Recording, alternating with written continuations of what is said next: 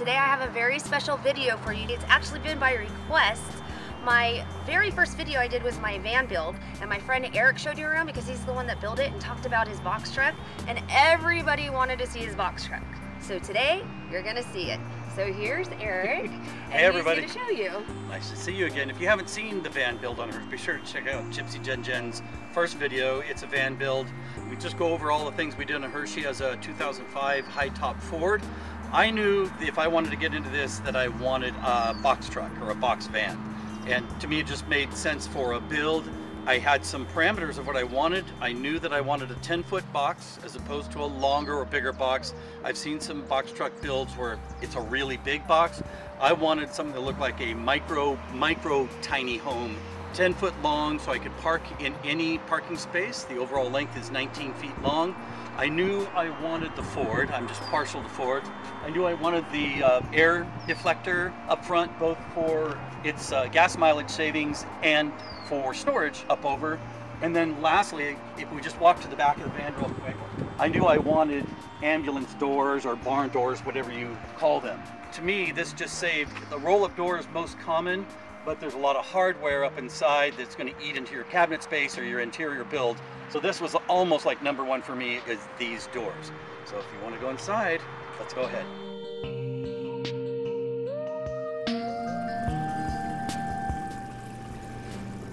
So I'll just walk you around what I did here, and then I'll go into a couple details of some build.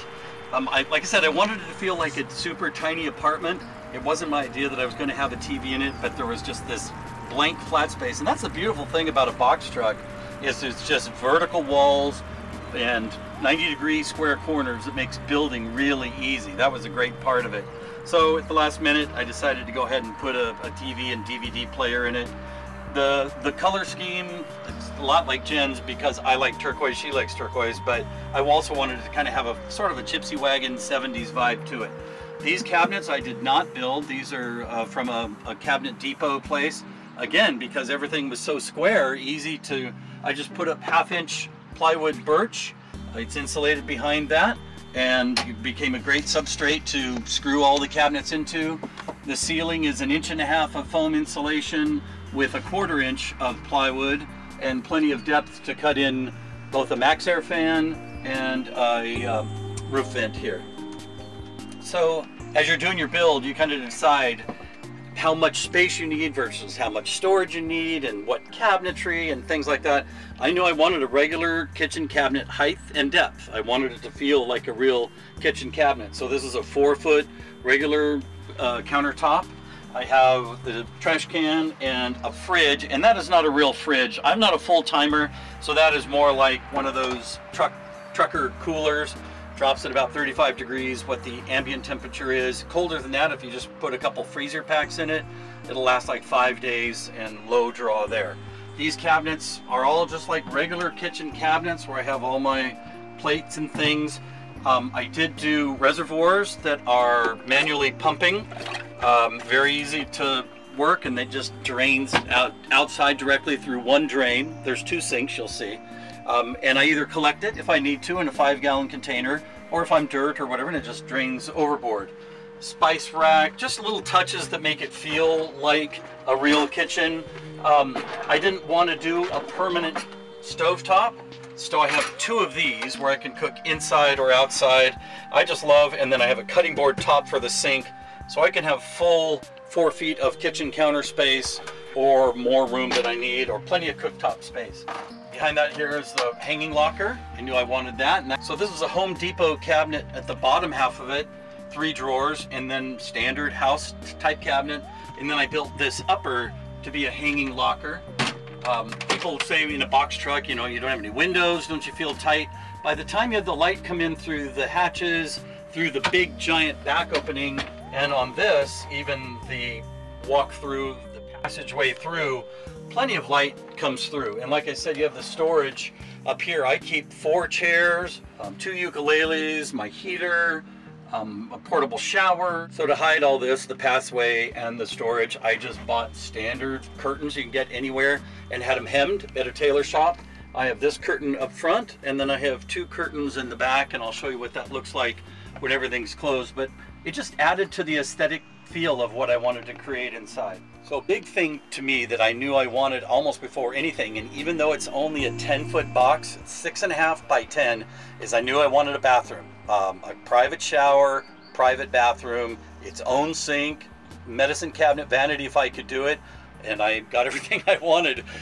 You can see that the pathway gets a little narrower here, but here we have a bifold door just so it gets out of the way easier, and it is everything I wanted a bathroom to be.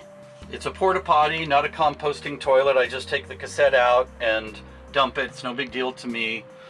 Medicine cabinet, just cut into a cabinet before in front of it, so that was easy to do. And then another hand pumping sink with its own reservoir. All the sinks have their own reservoir in it, and they're just the 2.5 gallon containers you buy from any grocery store, so your water is always fresh. So this is like a wet bathroom. I come from the yachting industry. We would call it a wet head.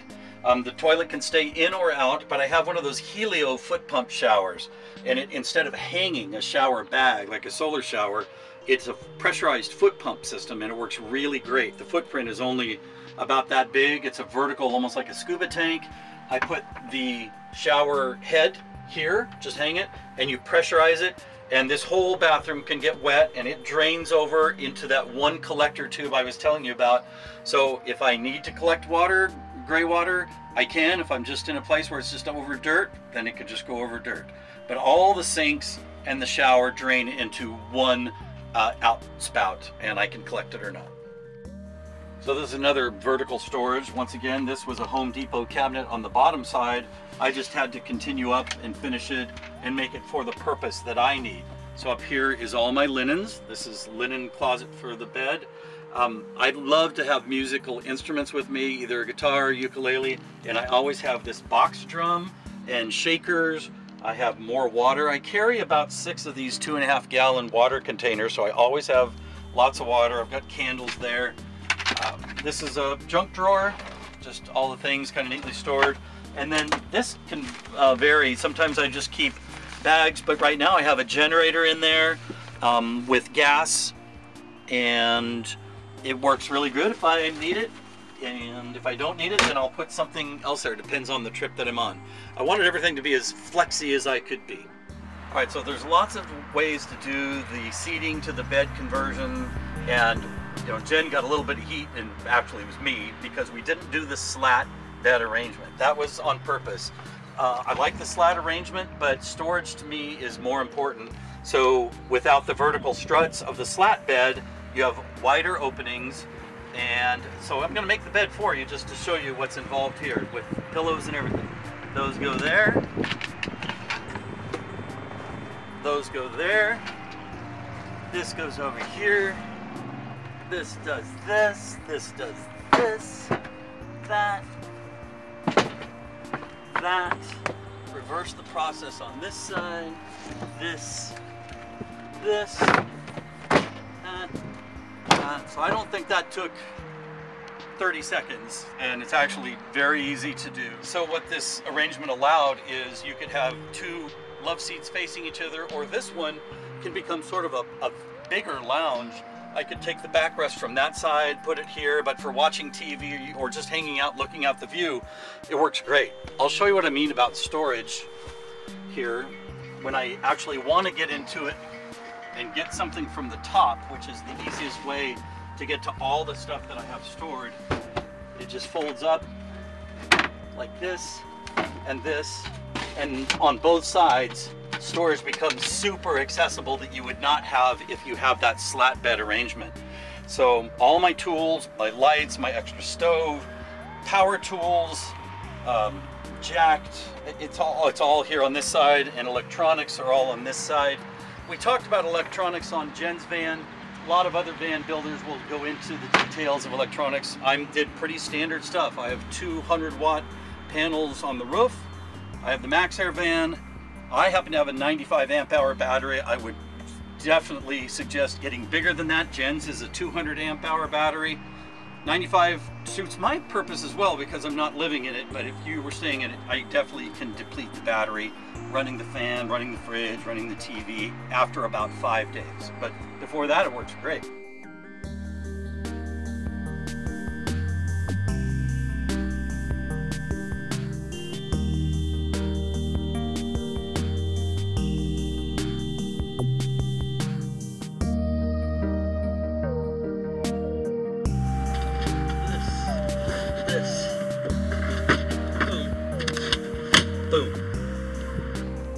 I'll go ahead and close it up. You can just get a feel for what it's like. It's very gypsy wagon. Everybody that comes inside here is like, oh my gosh, it feels like a little apartment. And that's exactly what I was going for. It's really comfortable to hang out. And I think that's about it on the inside. I'm gonna walk you around the outside of the van a little bit. Some of the goofy things I did for stealth, but it was really more almost just for being funny. And talk a little bit about the money that it cost me, because everyone always wonders about the money. How much do I need to spend? And then we'll be done with our tour.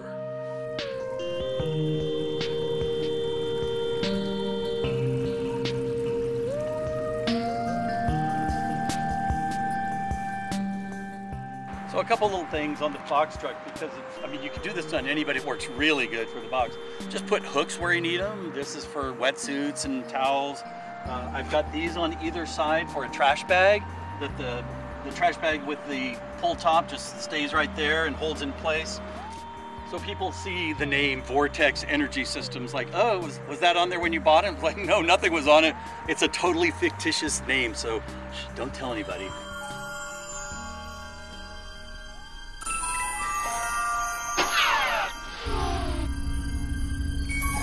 I thought it was kind of Disney sounding, tomorrow's technology today, and every once in a while some old guy will get the phone number 8675309. Totally made up, doesn't ring anywhere in the United States, and some people get a laugh out of it.